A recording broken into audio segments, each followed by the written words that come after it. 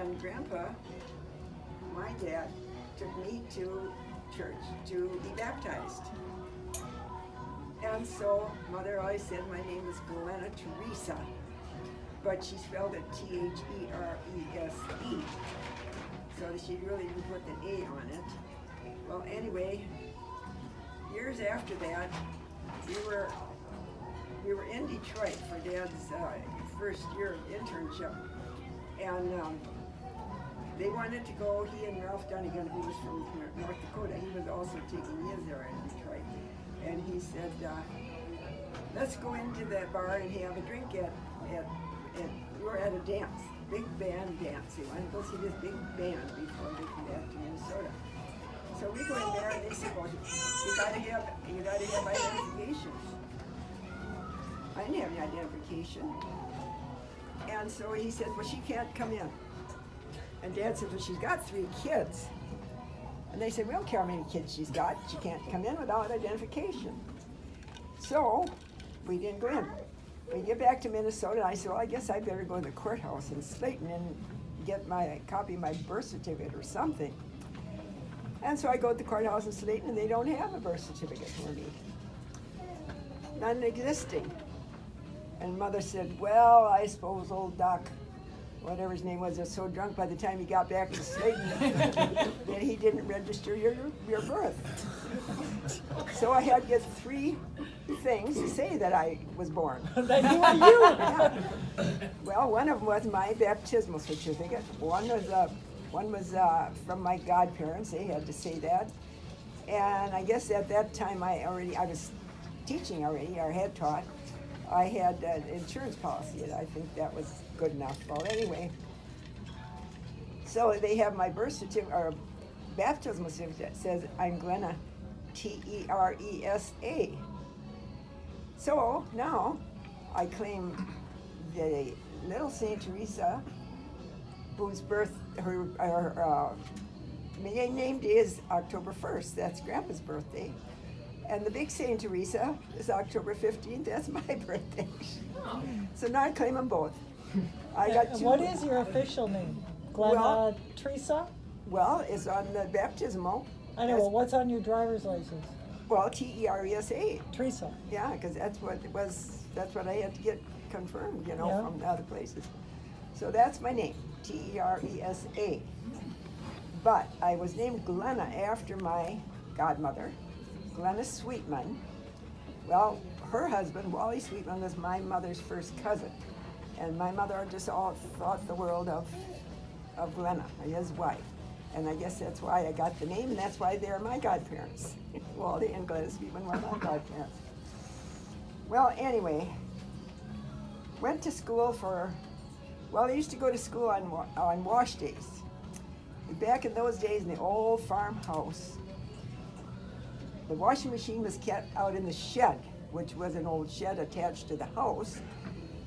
And Sunday night, Dad would bring the washing machine into the house so it could get warmed up so it could start on Monday morning. But it was a gasoline motor, and I didn't like the smell of the gasoline motor. So I'd go to school by Sister Betty. And so I was reading her books and doing her arithmetic and everything she was doing. They had those double seats that you sat in school where 2 kids could sit in the same thing at the desk. And I sat with her and did everything she was doing. And finally, Sister Javita said, "Well, if you don't start that girl to school, she's going to be so lazy, she will know everything, and she won't want to work." And Mother said, "Well, I don't care. If you don't care, she can go to school." So I go to school every day with Betty. When you were 4, you started first grade when you were 4. And then in 2nd grade, well, then the next year they put me in 1st grade. We didn't have kindergarten in those days. Put me in 1st grade, but then in a couple, 2-3 weeks, they moved me up to 2nd grade because I knew everything the 1st graders were doing. So as a consequence, I graduated high school at 16. So I was all younger in my class, but it didn't seem any different for me than the other kids, We all seemed like we're all the same. Well, anyway. Tell how many kids were in your graduating class? 10. 10. Oh, and 1 boy.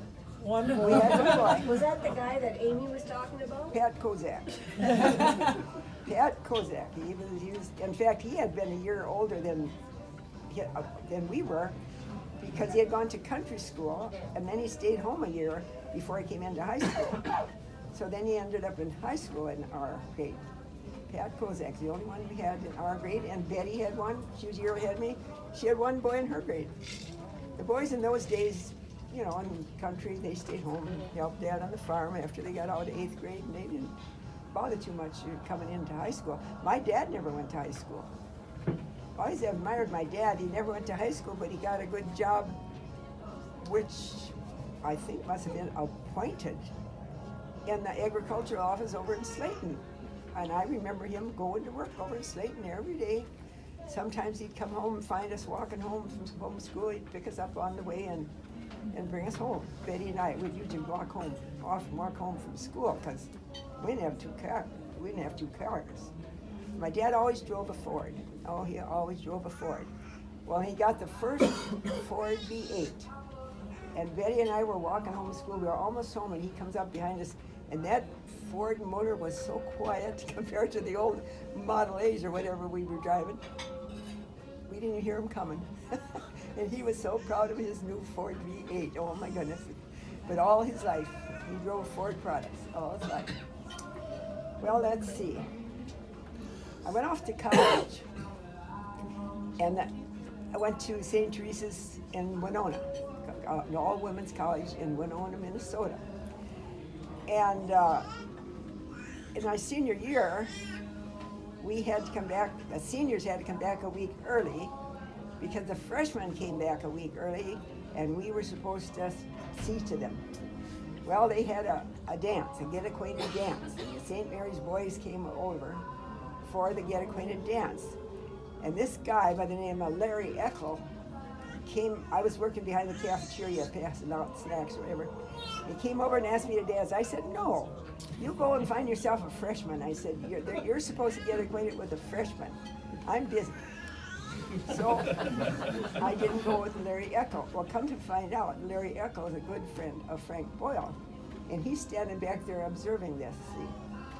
Well, I never met him. I didn't know who the heck he was. Well, sometime later in the fall, you know, at St. Teresa's, we didn't all have cell phones. There was one phone booth on the whole corridor. And if the phone rang, who's ever walking by answered the phone.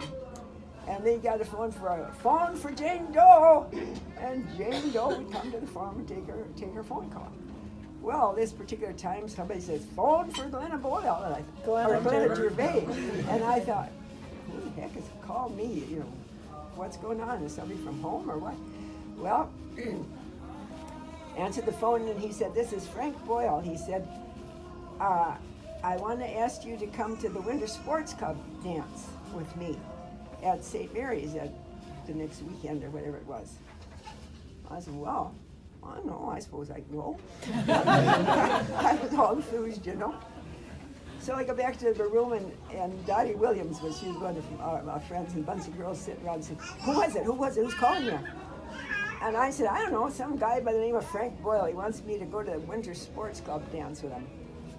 And Dottie Williams said, oh, he's cute. And he was a good-looking boy. I don't know how many of you remember him in his younger days when he had the pretty brown curly hair, and he was tall, and he was a handsome guy. So I went to Winter Sports Club dance. Well, they had games to play.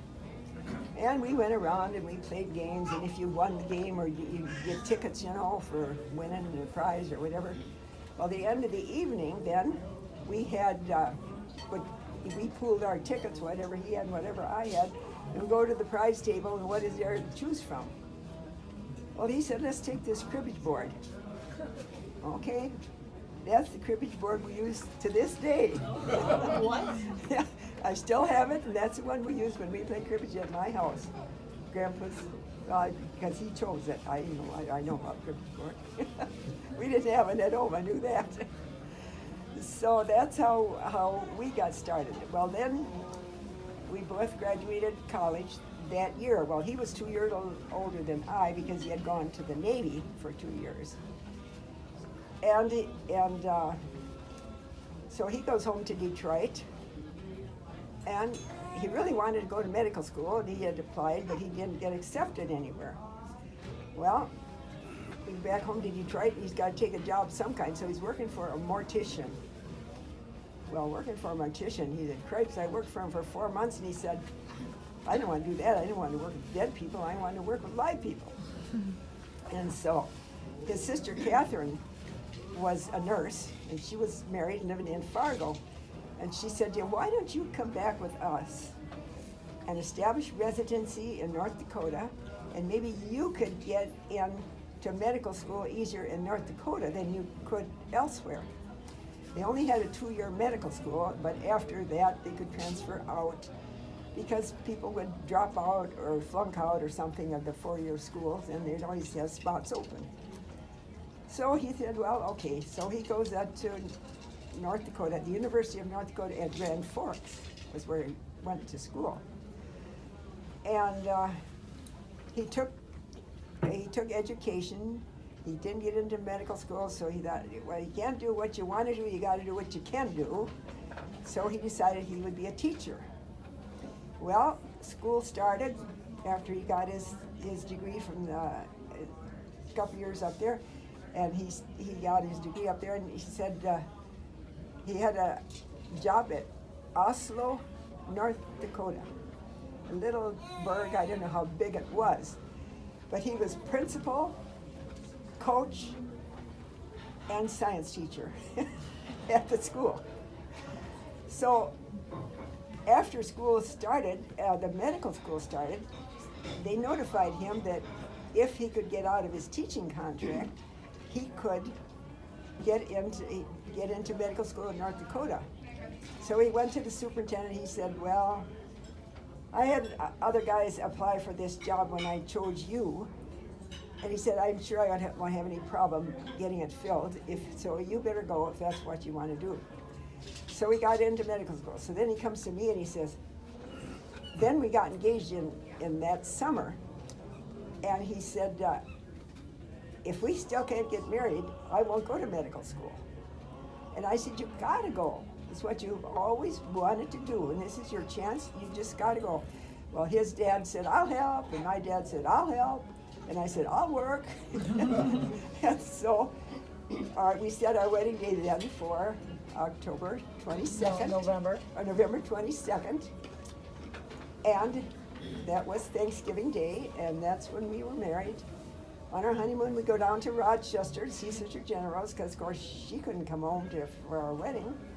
Went down to see her, and we come back to Curry and head for North Dakota.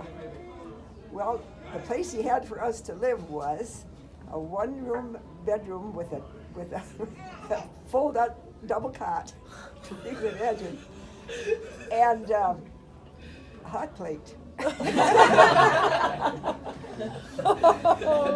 But then, before we got married, then he got this apartment with Mr. and Mrs. Donnelly. It was a basement apartment. And they had a little kitchen, a table to eat at, a bed here, and a bathroom. And that was our home for the first year of our. Then after that, we used to hear Mr. and Mrs. Donnelly, oh man, they could fight. They didn't have any kids, but she could light into that poor Carl Donnelly like him. And one day, Dad strung an electric wire out to our car because it was cold, and he wanted to be sure it would start the next day so he could get up to school. And boy, he came down, you can't have that out there. Somebody might trip over it. They would sue us. And oh boy, did he get that. He got an earful. So then he finally got an apartment at the university, which they called hutments. Well, hutments in our time then were big things that they kept machinery in, like on the farm. There was a hut-shaped thing that my dad and my brother kept big machinery in there, so-called machinery in. Well, anyway, these were hutments to live in. Well, they had 2 bedrooms, a living room, and a kitchen. And then before I know it, Uncle Gene Boyle, Frank's dad, his brother. His brother is in our 2nd bedroom. So when our kids were born, we had this little bitty crib, and it kept you in the living room, I guess. And Uncle Gene had the bedroom. And every time he would cry, Uncle Gene would say, "Give the kid a grape." I don't know why that was his suggestion, but I would give the kid a grape, he'd say. Of course, the kid never got a grape. And the kid never quit crying. Oh yeah, and he was a crier. And he would spit up his food. I'm telling you, he was just not the best baby. And so then I got a breast infection, went back to the hospital, and Catherine comes up and took him home to Fargo, and I'm sure she thought, and she was a nurse, and she probably thought, oh boy, I can handle this kid, I'll straighten him out. She didn't have any better luck than that. But he turned out just fine. It turned out just fine. But then my sister Marion came in from San Francisco, from California, with her Marilyn, who was his age. And you'd spoon her food and she'd take it in and she'd swallow it. Spoon it, she'd take it in and she'd swallow it. Spoon it to him, he'd spit it out. And so she said, well, why don't we trade babies? And I thought she had the knack. She would get him to eat food. She'd spoon it in, he'd spit it out. I'd spoon it in and Marilyn swallowed it. For whatever reason. I remember taking him over my shoulder, over to the sink. Sometimes it came with such force that he actually spit in the sink rather than in the cloth on my shoulder. But he finally straightened out, and now he takes food of any kind and every kind. And makes food of any kind and every kind, so good for him. And by the way, Rosie Solenti said to tell you hello. She was in your class. Yep, I know. And her mother lives, at our place now. Yeah, so she's just there right now with her for the weekend. So you and Grandpa got married about a year after you met? Oh no, 2 years. I taught school for 2 years. I taught in Lind, Minnesota, which is a little bitty school, kind of a small school, out at So what was he doing while you were in school? He was in North Dakota. He was at North Dakota going to school. Getting his See, master's in Catherine education. had told him to go back there and get his degree in education. Okay. Yeah. So he was in school there, and I was in Or school. maybe he got his master's in biology. I Yeah, can't he remember. was studying biology He got his because he master's. still wanted to get an education. And so he did get in. And he went to Creighton University. He went 2 years in for North Dakota, but they only have the 2 years. So then he had his resume out in different places, and to Minnesota, he put one in Minnesota and put one in a different place, but he got accepted at Creighton. And so there's where he chose to go, all the different places that he got accepted. And so by the time we got out of Creighton, we had 3 little boys. I remember this about Frank as long as he's here. He used to go outside and walk. And old, what was his, Joe? The guy next door? He would go walking around with his hands behind his back. He was an old retired railroad man, I think. And he'd walk around with his hands. So Frank would follow him around, walk around behind his back. And I said to Frank, you can go outside to play now, because I had 2 inside yet. But I said, you can't cross the street without coming to tell me. And you can't go into old Joe's house because then I can't see where you are. I have to be able to look out and see that you are here. Well, one day I look out, I couldn't see him. And I go next door and he's not there. And I think, good grief, where is that child? Dad's up at the hospital in Omaha. And I called him up and I said, Frank's lost and I can't find him. Well, I hung up the phone. He comes flying home, and by this time, we had been looking, and I went up the incline there to the next row of hutments here. And here comes Frank walking up the street, hands behind his back. He's not concerned about anybody or anything. And so he's home, and Dad got home, and he said, don't you ever do that to me again. Well, he did raise his voice. He said, you said you couldn't come home and didn't tell me why. And he said, I can imagine what I thought all the way home. He said, I thought Phil was at the top of the stairs, and there were these kind of slate stairs, and they weren't carpeted or anything. And he was just learning to walk, and he fell down the stairs. He said, I thought everything was wrong. And I said, well, Frank was lost, but he's home now. And he said, just don't ever that to begin. Well, I got to the point, I was crying every day. I had him to look after, I had Phil to look after, I had Pat to look after, and I never went anyplace except to church on Sunday. Went to church on Sunday. And so Frank calls up my mother and dad. He says, can you come down? He said, Glenna's crying every day. He said, and I cannot take time off to stay with her. So next thing I know, my dad's at the door. I knock, or he knocks, I says, come in. He says, we came to take you home. And I said, oh, I'm so glad. So I went home for a whole month. And by that time I was done crying. And by that time we were ready to come back to Creighton. And Dad finished his degree there at Creighton. So that's how we got to where we ended up. So I don't know. Well, of course, all you know, I guess you all know how Dad died. And to tell the truth, to this day I have not cried about his death. Not even once. I haven't shed a tear. When Dad said to me that afternoon, Ann was there with me and Aunt Peggy, and Dad simply said, Mom, I'm dying. And I said, oh, Daddy, I'm so happy for you. This is what you've been wanting, and Jesus is finally coming to take you home. And just like that, he was gone. He took 3 short, little puffy breaths, and he was gone. And I was so glad for him. He just kept saying, why doesn't the Lord take me? Why doesn't the Lord take me? And so I was glad the Lord took him. And I said the Lord was good to me because Dad was in St. John's for 2 months. So I had the chance to get used to living alone, more or less, for those 2 months. And so when he was gone, he was gone. And so I still say, well, Daddy, pray with me and for me. We used to pray together every night, and he does. I'm sure he's looking out for me. So I don't know, what more can I say? Anybody got any questions? I'm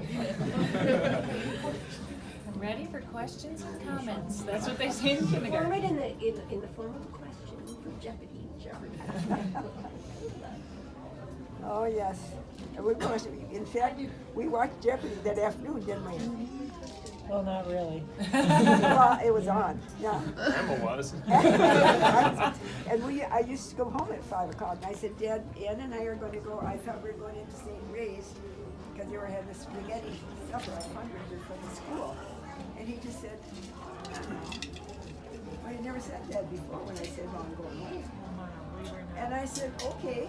I said, we can stay longer. We don't have to go now. And come to find out, the spaghetti supper was a week before that. Grandma, the one thing, the fact that blows my mind, I always say, how did my grandma give birth to 2 babies in 1 calendar year? Like, how did your body even do that? Irish twins. Irish twins. That's what Grandpa's called them.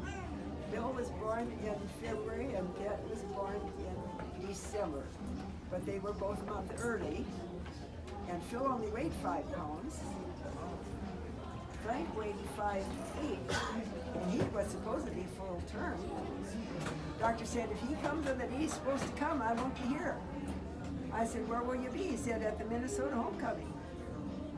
He came, doctor wasn't there, he was at the Minnesota homecoming. So doctor said that he was full term. And then Pat weighed 5'11".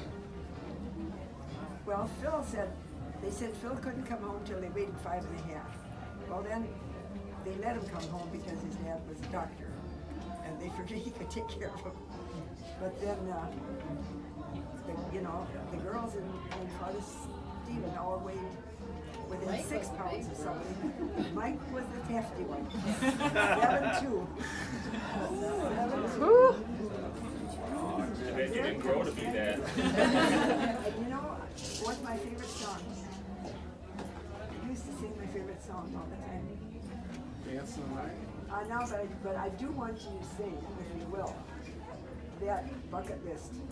You said for And color blue. We'll sing that. Molly Well, says color and blue. color blue. Well, I wasn't gonna do a performance. You had one Stairway to I Heaven. came down to blow out the candles. Oh.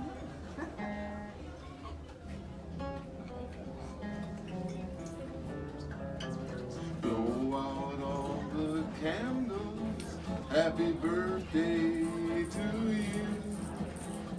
Blow out all the candles. May your wish come true. Good health to you and wealth to you. The best of everything. May you be here from year to year and join us as we sing happy birthday. Blow out all the candles. May all your dreams come true. While we're feeling gay, once again we'll say happy birthday to you.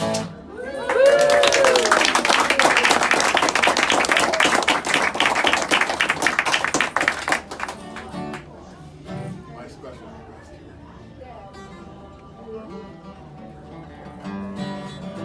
Get a brand new car. I'm gonna drive real fast. Gonna go some places. Gonna spend some cash. Gonna climb a big mountain. Gonna stroll down the shore.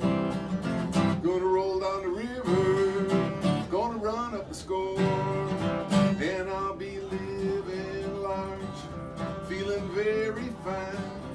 You won't see me wasting any time. And I'll be sure that nothing will be missed as I'm checking items off my bucket list. Gonna dine at fine restaurants. Gonna eat a lot of meat. Gonna have a little salsa, cause I like a little heat. Gonna eat a big breakfast, won't worry about the fat.